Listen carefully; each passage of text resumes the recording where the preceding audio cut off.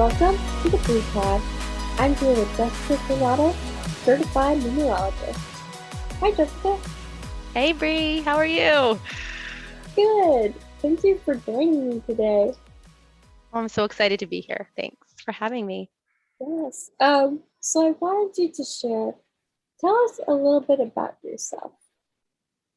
Well, as you said, my name is Jessica, and I am a certified numerologist. And I wasn't always this, right? So where did this come from? I mean, I numbers have always been a part of my life. As a young child, I would look around, and other kids' journals would be filled with pictures and words, and mine would be numbers.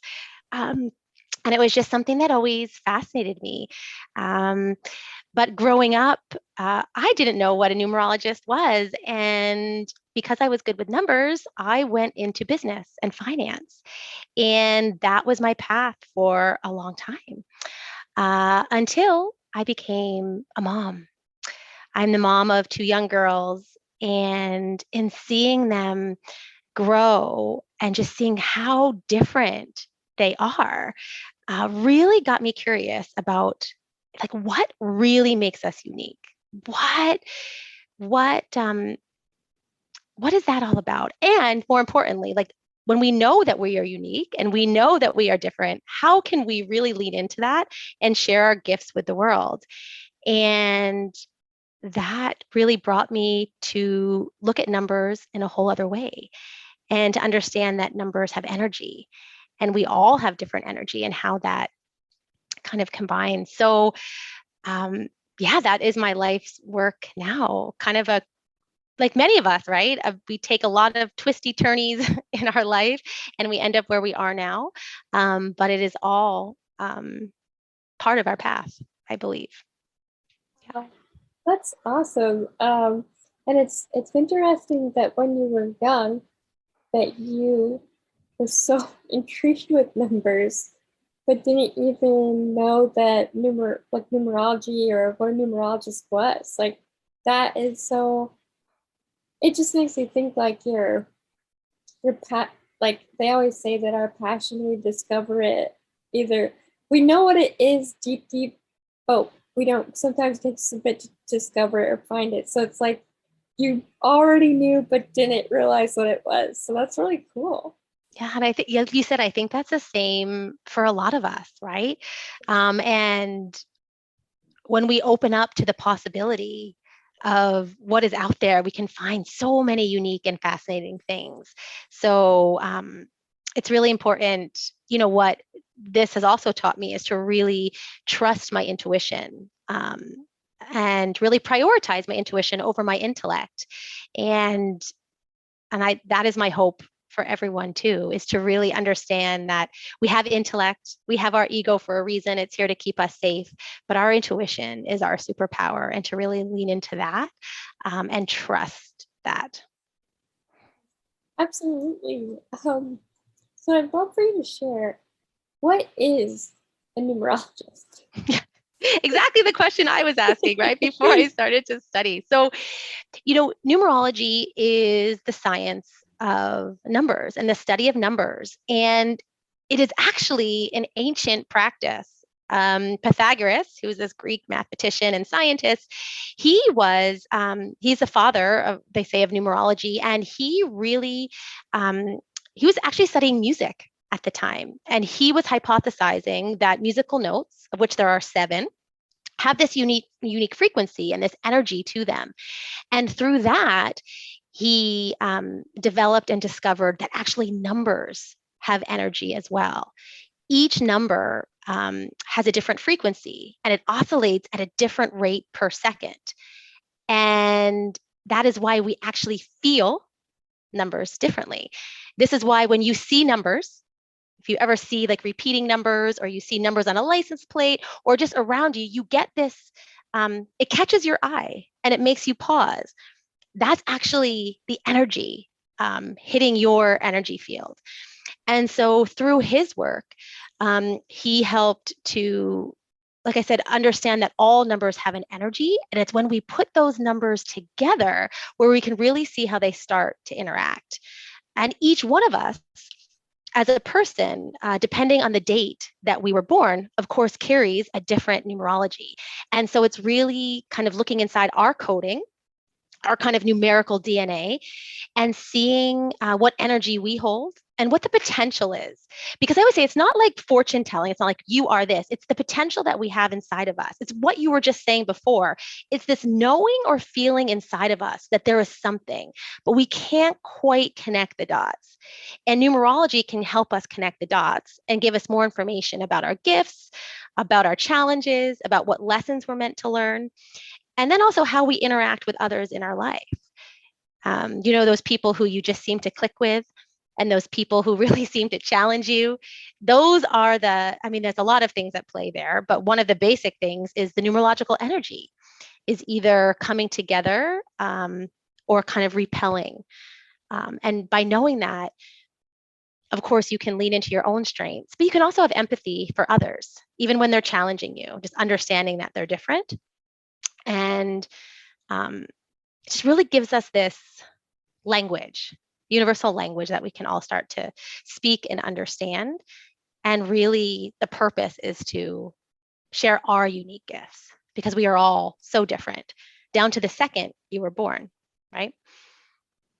Uh, that's so cool. Like I have heard of numerology, but I can't say that I knew like the background of it, like I knew that numbers attract, like I would attract numbers. Like I know one in particular, which as we talked about earlier, I was born on the 22nd and I always see 22 every time, especially when I'm going through something in life. It'll be like 22, 22, or 222. So it's Yeah. cool you mentioned that. Yeah, those repeating numbers come to you as a message and a Yeah. reminder just to pause to receive the message. I am curious, what sorry, what is the number that you tend to see a lot? I maybe my mind works a little bit differently, but I see repeating ones quite often. But whenever I see a number, my brain automatically calculates it down to one. So, for example, like when I see 861, my mind sees six. 8 plus 6 plus 1 equals 15. 1 plus 5 equals 6. So when I see a combination of numbers, I actually don't see the different energies. My mind kind of adds them all together really quickly and comes up with one number. And so this is interesting because energetically it feels more strongly to me. But if you can imagine, remembering long sequences of numbers are hard because I only remember one. So, if I'm looking for an address and someone tells me 1025, it's 1025 Nairn Court, and I automatically think, okay, so I'm going to 8, and I get to the street and there is no 8. So I think this is all to say that some people will see individual numbers. People might see patterns of numbers like you see, like the 2 repeating, and others might just notice a whole bunch of intellectually or logically or seemingly different numbers, but it's actually the way that we add them together that can also make a bit of an impact. It's funny that you say that because I didn't think about that of how, I mean, I knew how you get to a number in numerology. I knew that you had to like add it up, but it makes sense that if that's your about numbers, you're gonna see it like that. Yeah, see it differently. And for those of you who might be listening who are like, oh, numbers are not my thing, another part of numerology is using the playing cards, a deck of playing cards. Our calendar that we have currently right now is actually based on the deck of playing cards. So I'm sure everyone knows about, or maybe has a deck in their house. So there are 52 cards and there are 52 weeks in the year. There are 7 days in the week because 5 plus 2 equals 7. We have 4 seasons and there's 4 suits.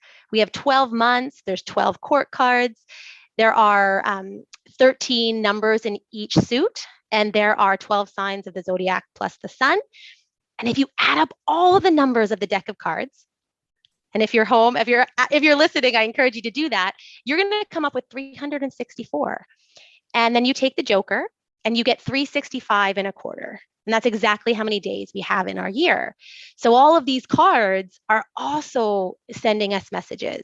Like I said, our calendar is based on this, and it's how these numbers and these dates come together that can really help us put context to the energy. Like, do you ever feel like you feel something, but you can't quite put words to it? And because of that, you start to question, am I really feeling this? But numerology can really give us a sense of calmness and confidence because it actually can put words and context to what we are feeling. It's like the weather forecast, and you can kind of prepare for it a little bit better. Okay, I'm still over here on the whole our deck of cards. Yeah. I didn't even know that. Oh my gosh. Mm-hmm.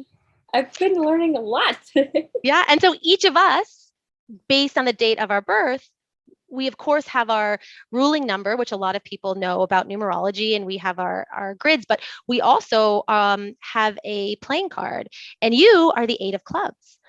And so then when you learn a little bit more about that card, again, it's an added layer of what we are meant to do in this world.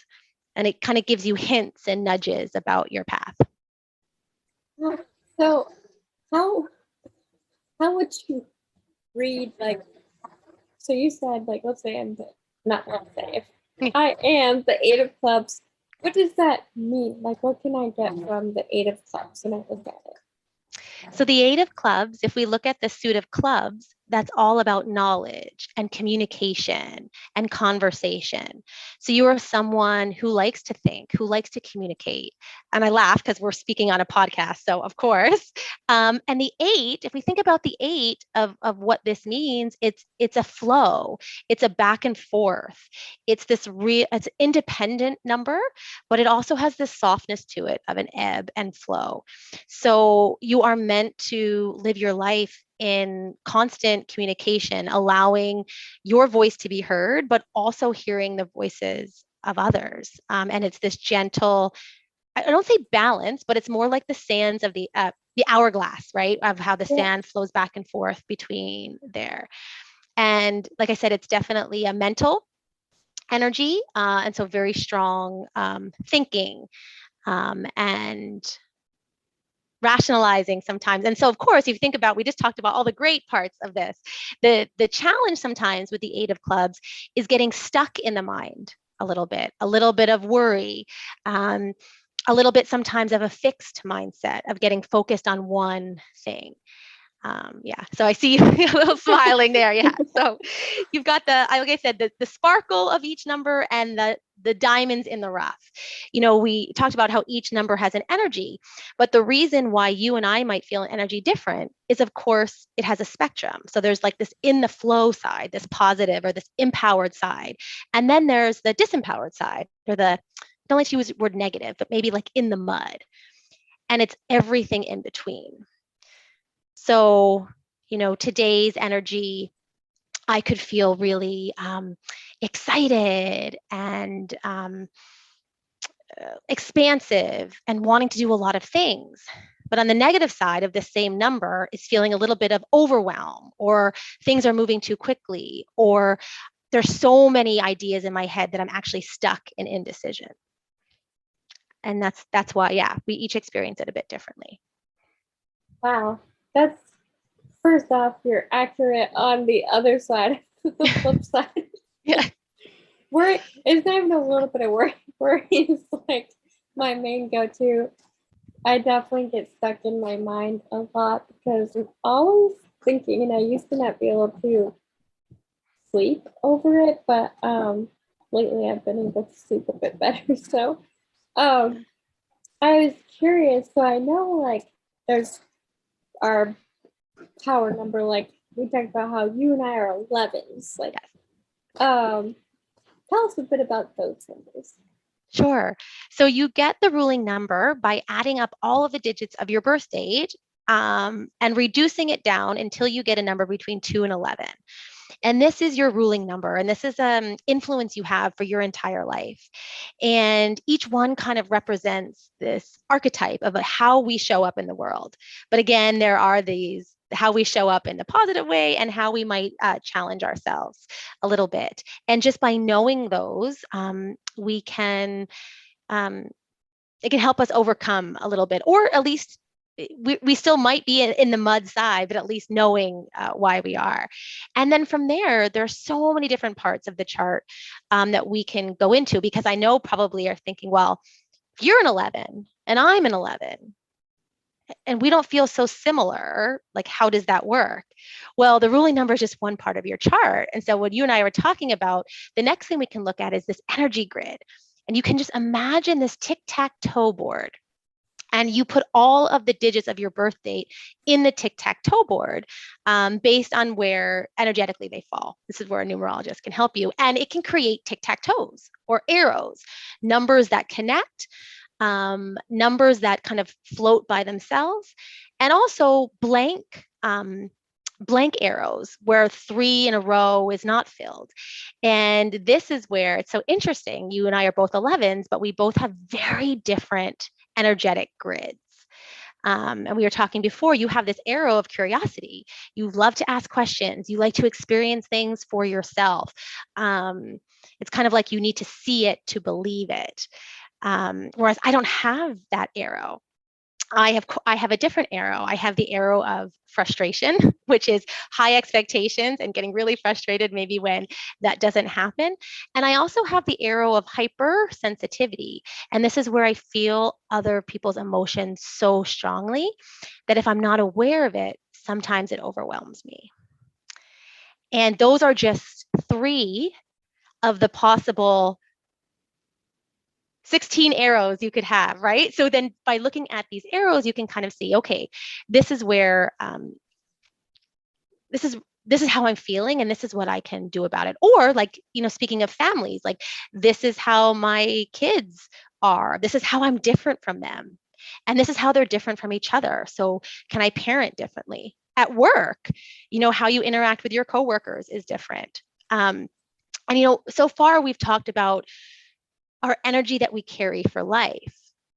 But now we start to think about, okay, as the universal energy, so as the energy around us shifts, where we are in comparison to that also shifts. So we also can create forecasts for ourselves. Our energy shifts, always in cycles. So it is true, what goes around comes around. Like, they always come in cycles, but we each, in different parts of our life, we are in different numerical seasons. And again, just by knowing that, you can kind of see how the shifts take place. And that's why sometimes you feel really close to someone and you maybe start to drift apart, or you start to feel differently. And it's because our energy, although at its core, there are some energies we carry for life, we are very much cyclical beings, and our energy does change over our lifetime too. Numerology is so much bigger than I realized. I knew that it was big, but there's so many. Is it facets? Yeah. So many facets that I didn't realize that come to play with it. And I'm very curious. So, what what helps? Let's say someone wants to go to a numerologist. What do you feel like the answers could be? If it could be on your life, on relationships, on everything, you feel that it could help? Yeah, usually I work with people who are maybe at a crossroads or making a decision. A lot of times, I work with a lot of business people because that is my background, right? So learning how to harness the energy to create impact in their business. I work with families to figure out how to parent better, because let's just think, even if we know nothing about numerology, typically, right now, there's a difference between if you were born in the 1900s versus if you were born in the 2000s. So you and I automatically have a 1 and a 9 in our chart. Very idea focused, very idealist, very again, these expectations of we'd like to move. And then if we think about this generation, which don't have those numbers automatically, they may, but it's not a default. Their default is the 2. And the 2 is all about intuition and connection and compassion, feeling, right? So you can kind of see this in kids. And just again, by knowing those differences, we can really help to support them better. So typically people come to me and I do readings on their life, but I also do a snapshot in time of what numerological energy is in their field right now, so they could take advantage of it.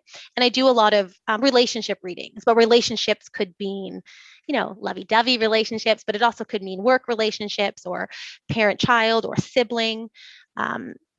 It's really, it starts to unlock.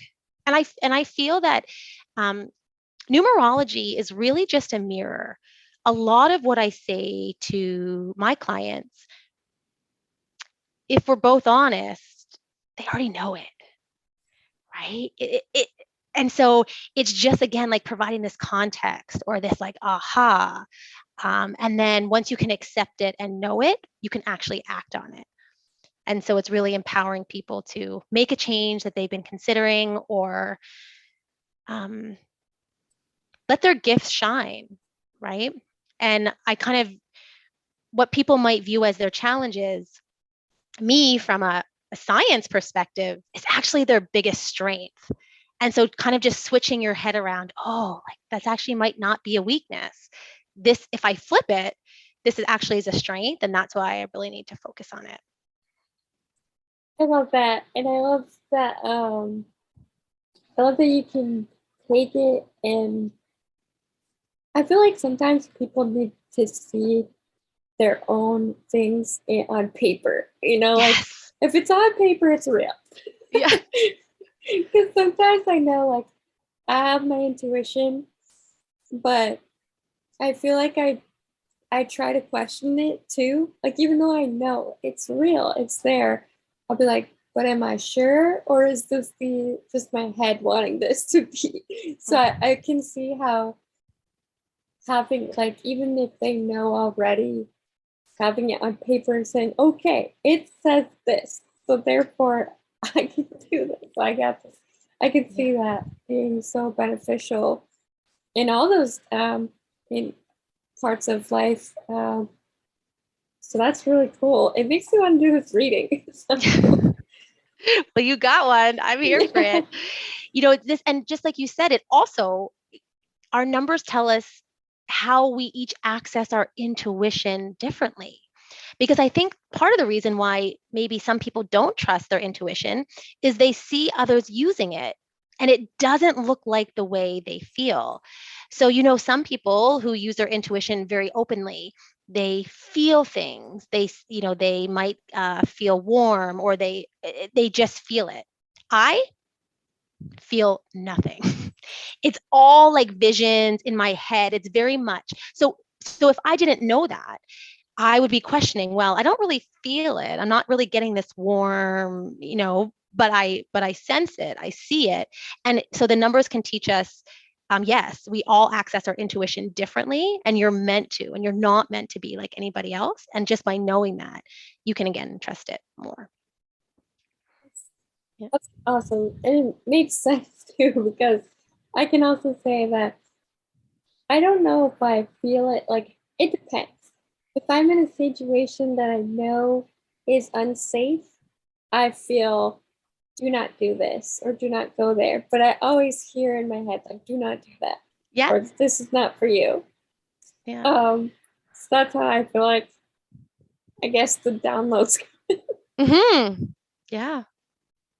Yeah. So I wanted to ask you, I don't know if this is possible because I do not know numerology that well, but for each number between, I think you said it's 2 and 11, do you have like a snippet of what each number is about? Sure. Like, okay. Yeah, we can talk. So the 2 is the connector.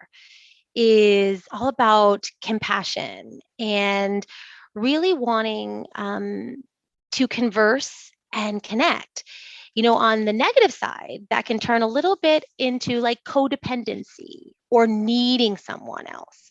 Again, in the positive side, it's an integration of ideas and it's collaboration. But sometimes in the negative side, that can manifest into confusion or actually prioritizing someone else over you. The 3 is all about creativity and expansion, and it's a very mental energy. And so creativity isn't always clay pots and painting; it's creativity of the mind, right? And so when you can really lean into that um, and let your creativity flow, this is where you will make the biggest impact in the world. On the negative side, the 3 is all about indecision. If you think about the 3, even on the playing card, the 3 dots, right? The 3 symbols. Do I go here or here? Do I go here or here? And you're so busy deciding which way to go that you ever actually never go anywhere. So that is the disempowered side. The 4 we look at is the table. Really strong structure and foundational, very strong leadership with the 4.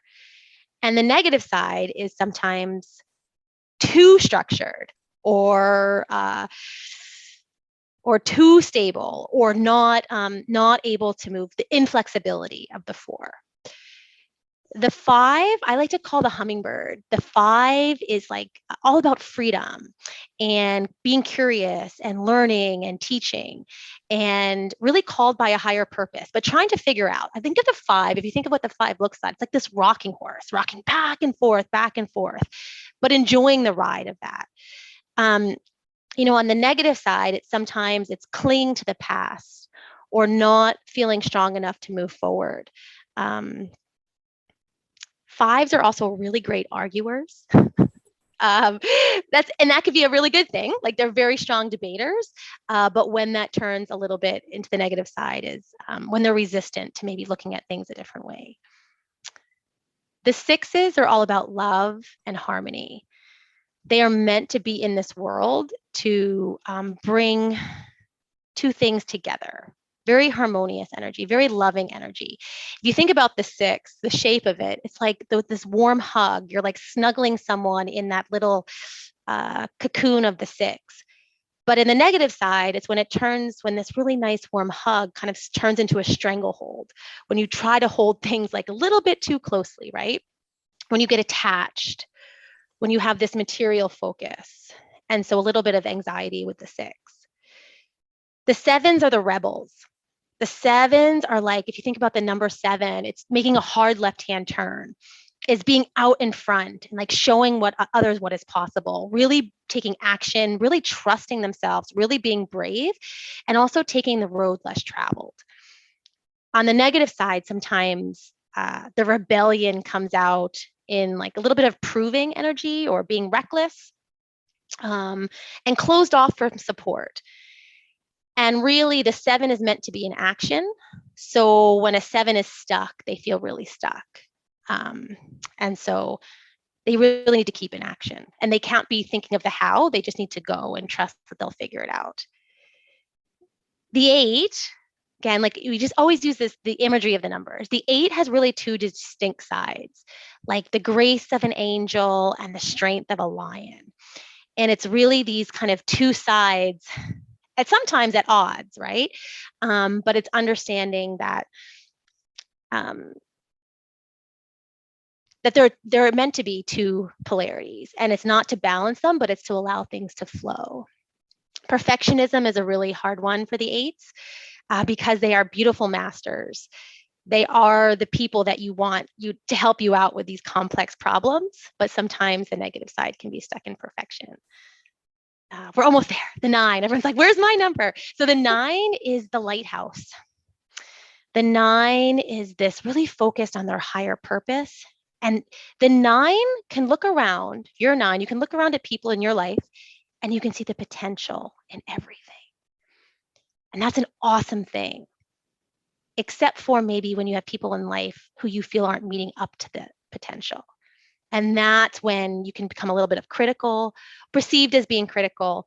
And also the nines want others people's lights to shine, and they don't necessarily like their own to shine.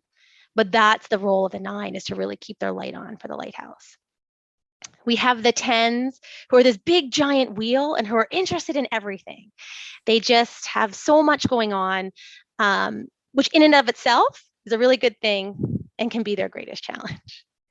And then we come to the 11s, which are you and I, which are this really wanting to help others who might be less fortunate.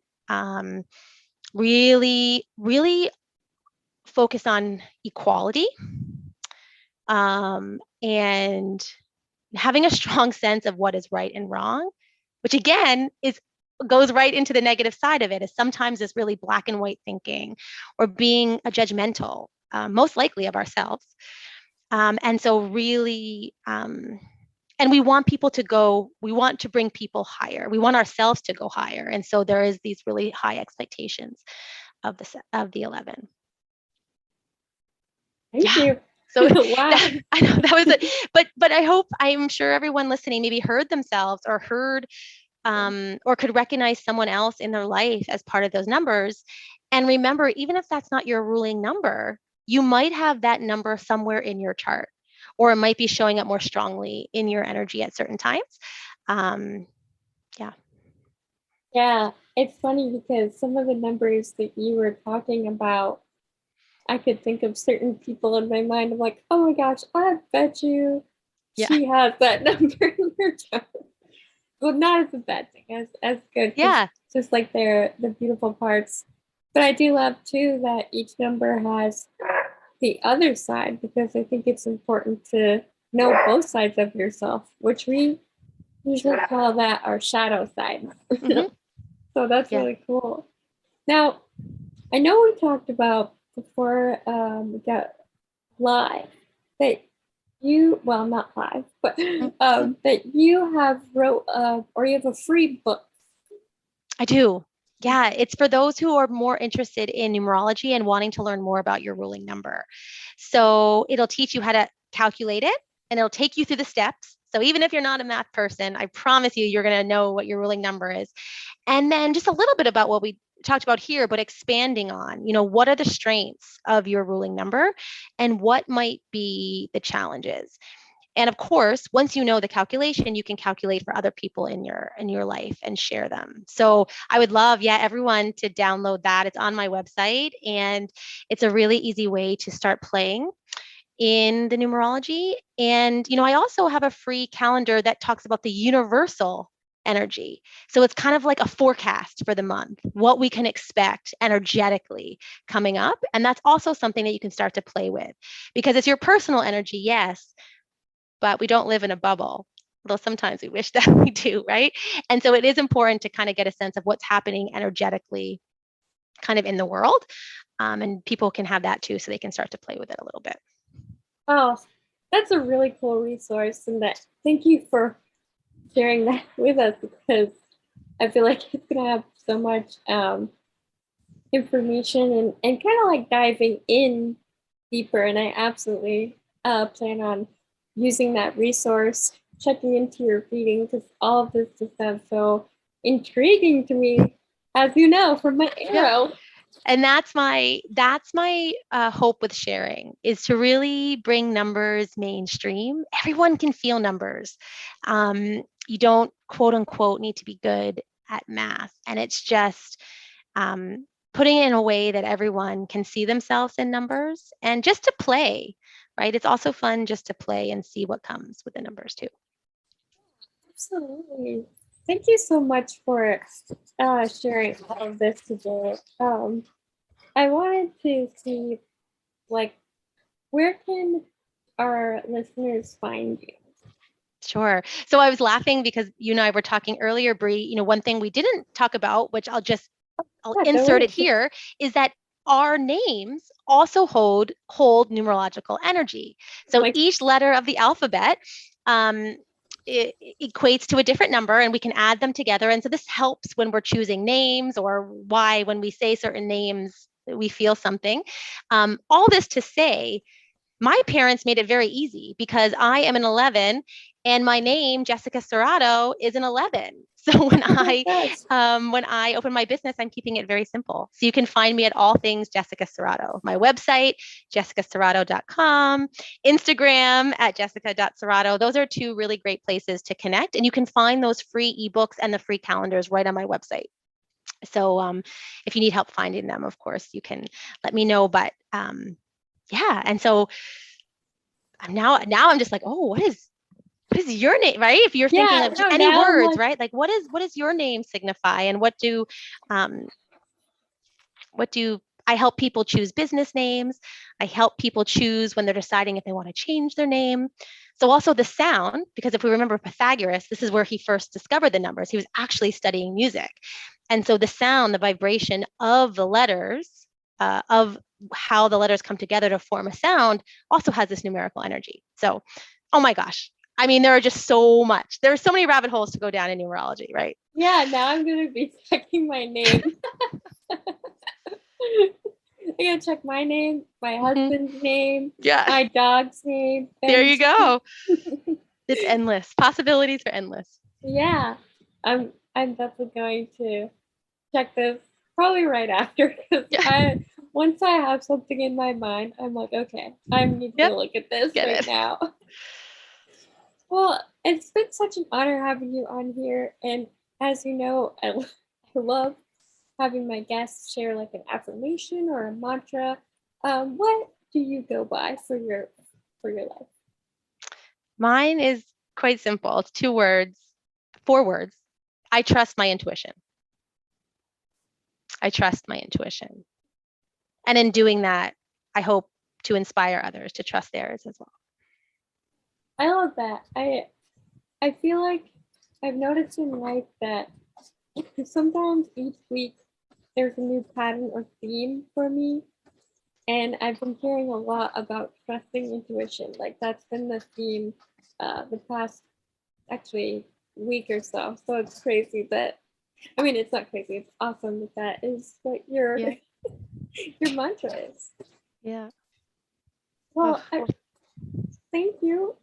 It's been so fun to talk to you, Bree. And like I said, I'm going to do your chart right after this and send you all the info. And if anyone's listening, I'm happy to do it for them too. So just get yeah, absolutely. I'm excited. So, sorry. As everyone knows, I love to end with my beautiful affirmations for everyone. So with that, you are loved, you are worthy, you are cherished, and we are proud of you. Until next time, on the Decline. Bye!